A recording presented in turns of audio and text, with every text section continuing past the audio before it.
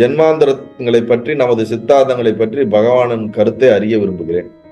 ஜென்மத்தை பத்தி பகவான் என்ன சொல்றாரு, பிறப்பிறப்புலாம் இருக்கா என்கிறத பத்தி பகவானுடைய பதில். இப்பொழுது நாம் பிறந்திருக்கிறோமா?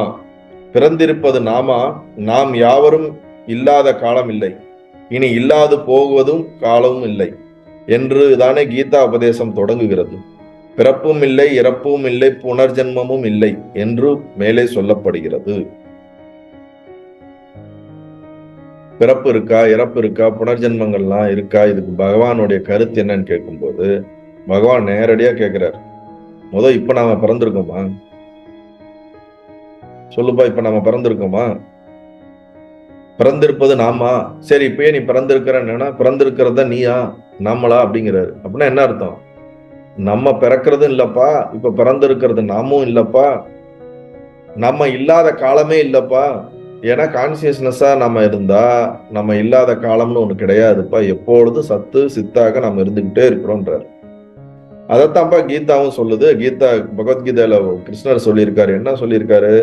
பிறப்பும் இல்லை, இறப்பும் இல்லை, புனர்ஜென்மமும் இல்லை என்று என்றும் மேலே சொல்லப்படுகிறது.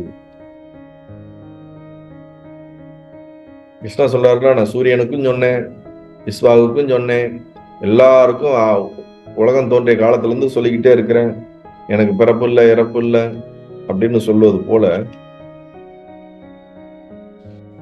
உண்மையில நான் என்ற இந்த கான்சியஸ்னஸுக்கு பிறப்பு இல்லை, இறப்பு இல்லை, அது இல்லாத காலமும் இல்லை, நேரமும் இல்லை.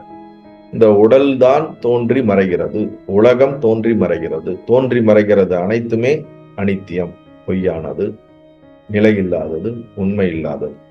எது நிலையானது எப்பொழுதும் இருக்கிறதோ அதுதான் சத்தியம், அதுதான் நீங்கள், அது ஒன்றுதான் இருக்கின்றது. அதை தான் விழிப்புணர்வு, ஆத்மா, கான்சியஸ்னஸ் என்று சொல்கின்றோம். அது பகவானுடைய அனுபவம், அதை தான் அவர் உபதேசித்திருக்கின்றார். நல்லது.